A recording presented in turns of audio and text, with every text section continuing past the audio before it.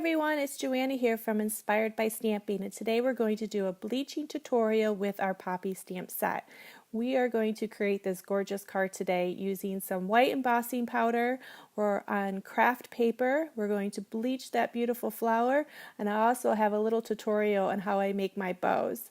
So what we're going to be using today is our poppy stamp set, and here it is. We're going to use this big beautiful poppy bouquet.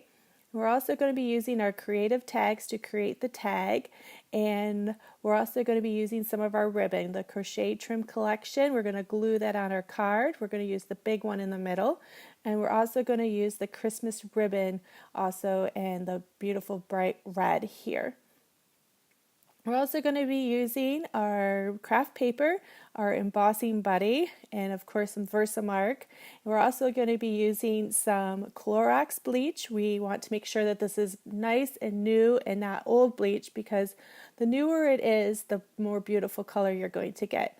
And we're also going to use some distress inks to color that beautiful poppy. And here's our distress marker for the stems here. Okay, so let me just zoom in really nice and close here so we can get a good shot of this. And so our first thing that we're going to be doing is we're going to apply our embossing buddy, and this just is like a dryer sheet, so it makes sure that nothing static is going to stay, no fingerprints, so that embossing powder would stick to it. You could also use a dryer sheet too if you don't have an embossing buddy. It's real simple. So what we're going to do is flip our big stamp sets over this way, and it just makes it easier to get all that ink covered around a big large stamp set like that. And I didn't have my stamp on perfectly in the middle. I had a little bit off the edge, so I just want to fix this quickly. And we're just going to ink that up with some Versamark. And now we'll just flip it over and stamp, making sure that it's nice and straight in the middle. You can also use your mini Misty here if you would like to, or your Misty. But I just felt like it would be okay to use this. We're only just stamping one time here. So we're just going to grab a little detailed embossing powder, and we're going to sprinkle this all the way over just lightly. You don't need a whole lot just to get that covered. And we're just going to tap it off, flip it over, and flick off those extra pieces. And sometimes you might need a blow or use a paintbrush. Sometimes I use that to just get the little bits and pieces and flecks off the paper. Now we're just going to heat emboss this real quickly here. And you can use a paper clip or anything else too if you're using a little piece of scrap paper or a little piece of paper and you don't want your fingers to get burnt. And just quickly going over that until it becomes beautiful white. And you can always tell when it changes color. It's so pretty. All right, just making sure that that's nice and embossed, and make sure that, if you don't hold it too close, that it will burn the beautiful white, and that has been a problem. I've done that before and it's not very pretty, so always making sure that you're always moving that heat gun around. Okay, so let's get started. So what we're going to do is we're going to grab a paintbrush here, and I'm just going to be using a junky paintbrush. It's nothing pretty.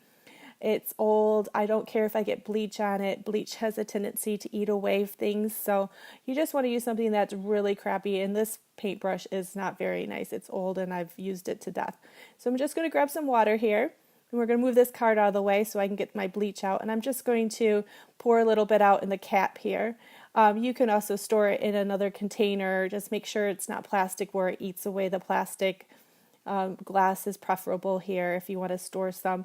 And I also am just using a little cloth to make sure that my area is nice and clean and we're not going to get bleach leaching through on the other side. So here it is, my poppy, and I'm using brand new Clorox bleach. It's so important that your bleach is relatively new. The older it is, it won't create a beautiful bleach effect, and it's just really important. The other thing that's really nice about this is that we're using embossing powder here. So the embossing powder will actually act as a barrier, so you won't get leaching through that embossing. Unless you're going to put a whole bunch of bleach on your paintbrush, then you will have issues, but you don't need a whole lot. A little goes a very long way here. We just want to make sure that we're just laying down very lightly just a little layer of bleach, And then you can see as it's bleaching right now, it's already changing color. And we just want to go over where we missed those areas when they're starting to pop and turn color. So just continuously lay down. Beautiful. It's so pretty. I just love this part right now. It's just changing. It's so neat because you can just see how it different. You can use different forms of cardstock too. I'm just using craft today, but you are more than welcome to try different colors. I did try a few colors. I used a pink one, a light pink, and a light blue, and for some reason it didn't turn color. So you're just going to have to try to play around and see which paper, which cardstock turns a different color. So again, I'm just kind of going over here and just kind of picking up the little areas that I missed. We want to make sure that it's all the way completely bleached. You don't need a whole lot, as I pointed out before. You just need a little tiny bit. And now we're just going to gently go over the stems. And if you want, you can always grab a smaller paintbrush here to do this area, but I find that it was just fine just dabbing a little bit on here. It is a nice round brush, so it does have a nice little tip on the end. And going over here, down at the corner, you can see how beautiful, how light that is. Isn't that amazing? It's going to be so fun to color.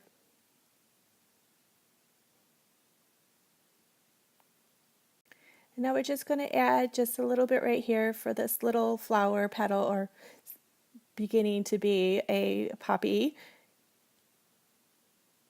And just color that and see how it's just turned just yellow. Okay, now that I've gone over and just going to kind of grab those little areas that I found that I missed again.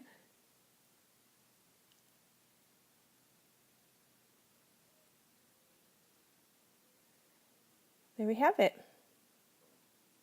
We'll wash that paintbrush off, make sure we get that bleach out of our paintbrush. And just move this gently out of the way, making sure that I don't drip anywhere. And now I'm just going to clean up this area, make sure that there's no bleach remaining anywhere, and I'm just using a microfiber cloth here.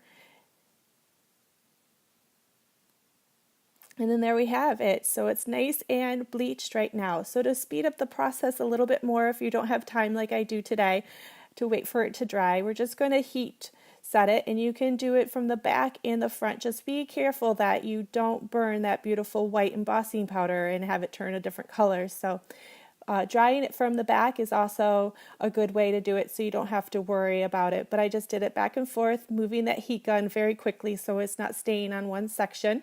And you can see that it's starting to dry and it has turned a different color again. Okay, so let's get our paints and get started coloring it with our distress inks.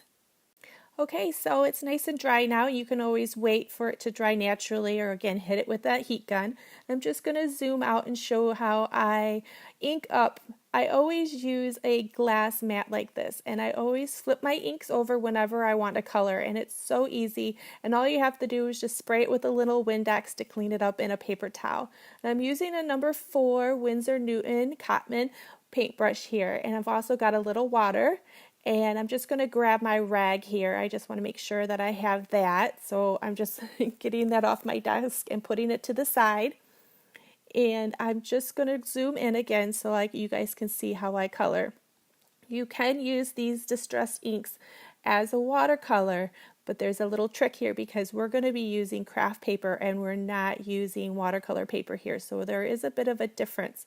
And the key is to get your watercolor brush wet, but don't have it really wet. So you want to make sure that it's pretty relatively dry, but you want it wet enough to pick up that ink. And I know this is a little bit tricky, but once you play around with it for a little while, you'll see how nice it is that you can paint still on cardstock.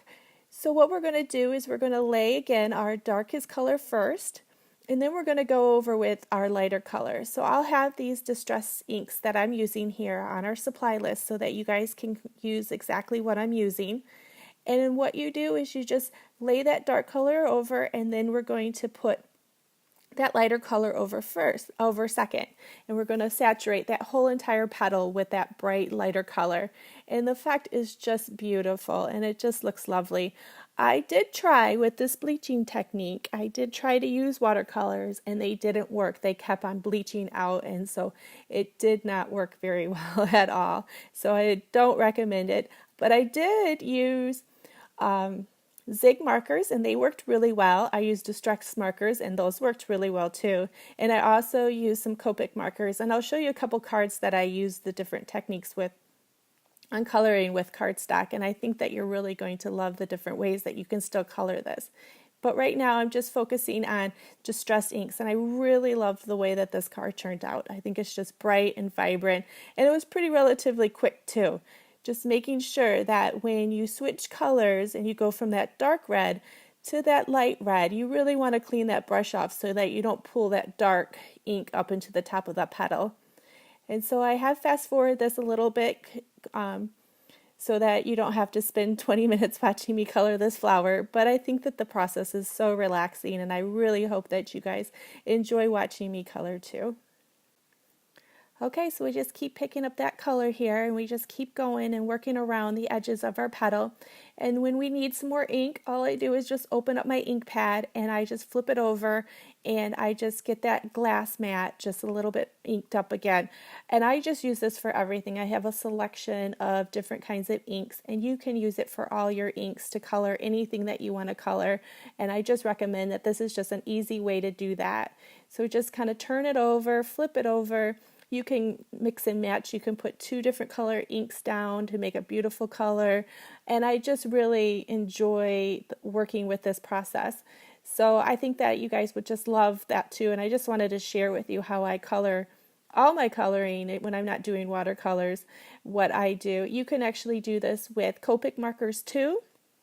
I've done it with the Zig pens, as you saw in a previous tutorial, and any inks or any form of markers that I use, I usually lay down a little bit of ink on my glass mat, and I just really hope that you guys will be able to do that too and see the different kind of ways of coloring. I hope that it gives you some ideas, and I just hope that this helps you. So we're just going to keep coloring here around and keep coloring it, and you could just really see how bright and vibrant that looks against that craft color. And I just love this technique so much about changing that craft color paper into a very light so you can create just vibrant colors. I'm so excited to try this. I really want to try it with our cherry blossom stamp set and our magnolia stamp set. I think it's going to look so beautiful.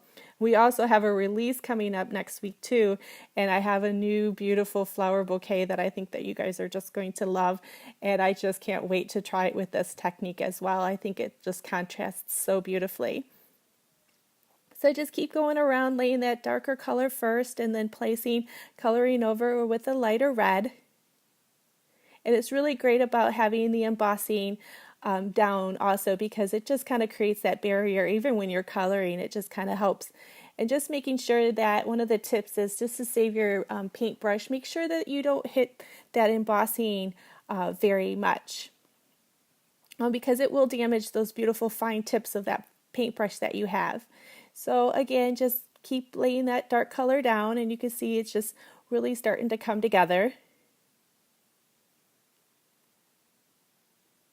And over on the side here, and I'm washing my brush here, and then I'm also grabbing again the lighter colors. So I have washed my brush between colors, and you always want to make sure that your line work is the direction of form, so you want to follow the same way. Because it is cardstock, you will have a tendency to see your brush strokes more than you would on a watercolor, because you won't get your bloom or you won't get your beautiful watercolor that happens when you push down on with water. So it's pretty dry brushing here with this ink. And we're almost finished here, so that's going to be so much fun, and then we'll put this card together.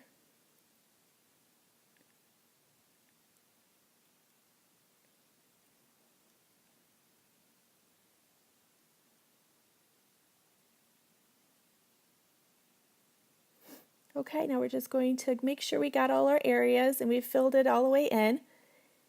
And I'm just going to do this beautiful little seed right here. And washing off my brush and grabbing the lighter color and going all the way over it with our lighter color. And now what we're going to do is we're just going to grab our marker and we're just going to use the small tip of it and just kind of fill it in our stems. And again, I'll have all the supplies that I'm using below or above with a supply list for you guys, so you guys know exactly what I'm using here.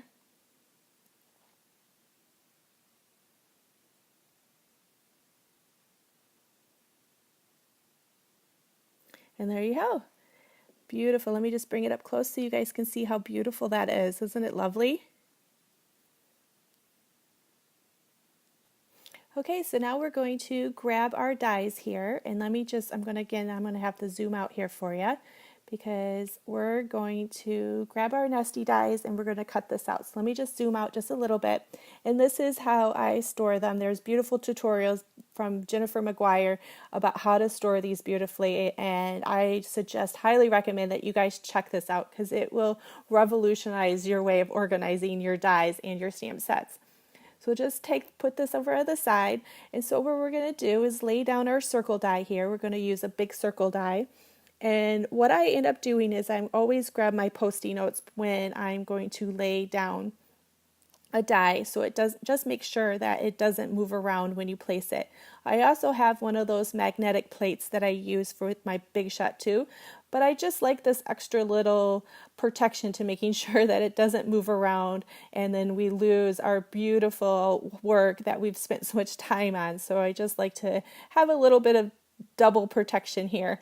So we're just going to pull this out and then we're just going to whip it through our Big Shot really quickly.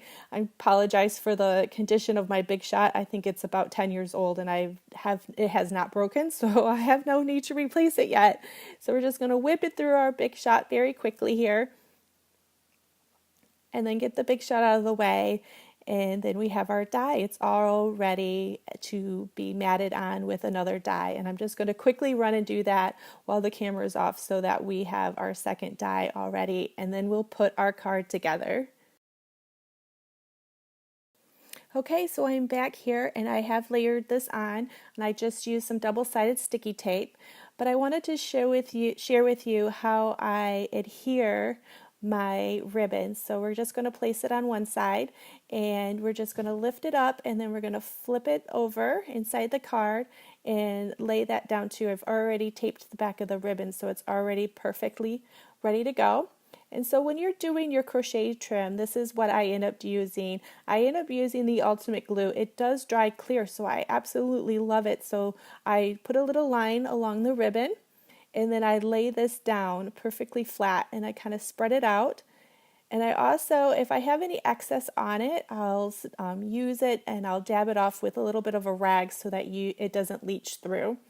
And you'll see me here, I have a little bit too much, so I'm just going to grab my little rag, my microfiber rag, and I'm just going to pick up that extra glue there so it doesn't get too crazy and we have too much of a mess.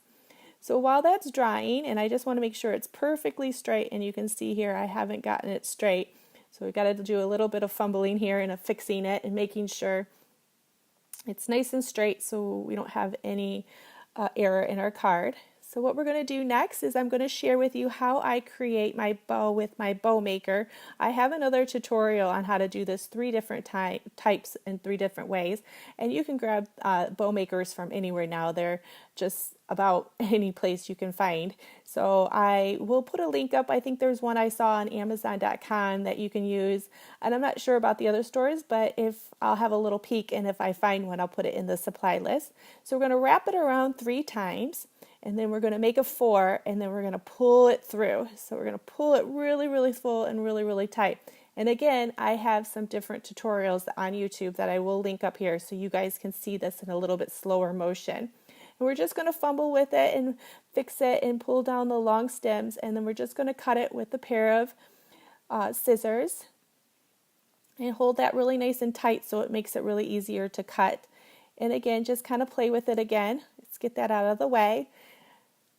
And I'm going to grab our cardstock here, and our glue should pretty much be dry, and I'm going to add some foam dimensionals here. And the key is when you're using an extra large circle like this, to make sure that you put a foam dimensional in the center so that it doesn't drop in the middle. So you want everything to stay up and look beautiful. We're just going to place that like so. And press down, and then we're just going to grab a little bit of glue here and we're just going to glue the back and put that in the corner or wherever you would like to have it, any which way, on the bottom, on the sides. No bow at all, it would look beautiful too. So I'm going to grab my creative tags here and a little bit of a scrap paper. This is the piece of paper that I used to cut out the die, the white part of my poppies in the background. So I'm just going to press down quickly, and I am going to fussy cut this. I actually have a cut file here that you can use too that goes with the creative tags, but I just don't mind fussy cutting this really quickly, and I'm just going to do this real fast while I'm on camera. And then I just push that away, and then we're just going to go around the corners very quickly and around the back. And then we're just going to flip this over right now, and we're going to add some foam dimensionals here too. Just add 2, take them off, and we're just going to tuck that right underneath our bow here. And then there you have it. And we are completely done. So here's my other cards. I also created 2 other cards, and I just want to quickly show. I used the pear stamp set, and I did use Copic markers here, and I just thought that was so beautiful. But the thing that I did notice with Copic markers is that it stains your embossing powder, and I had no idea about that, so that was a learning trick for me too. And I also did this beautiful bird, our summer wobbler one, for a little bit more masculine card. So if you have any questions or comments, don't forget to email me. I'm here to help. I would love for to have any suggestions too for some upcoming videos or tutorials that you would love to see. Thanks so much for visiting, guys. I'll talk to you soon.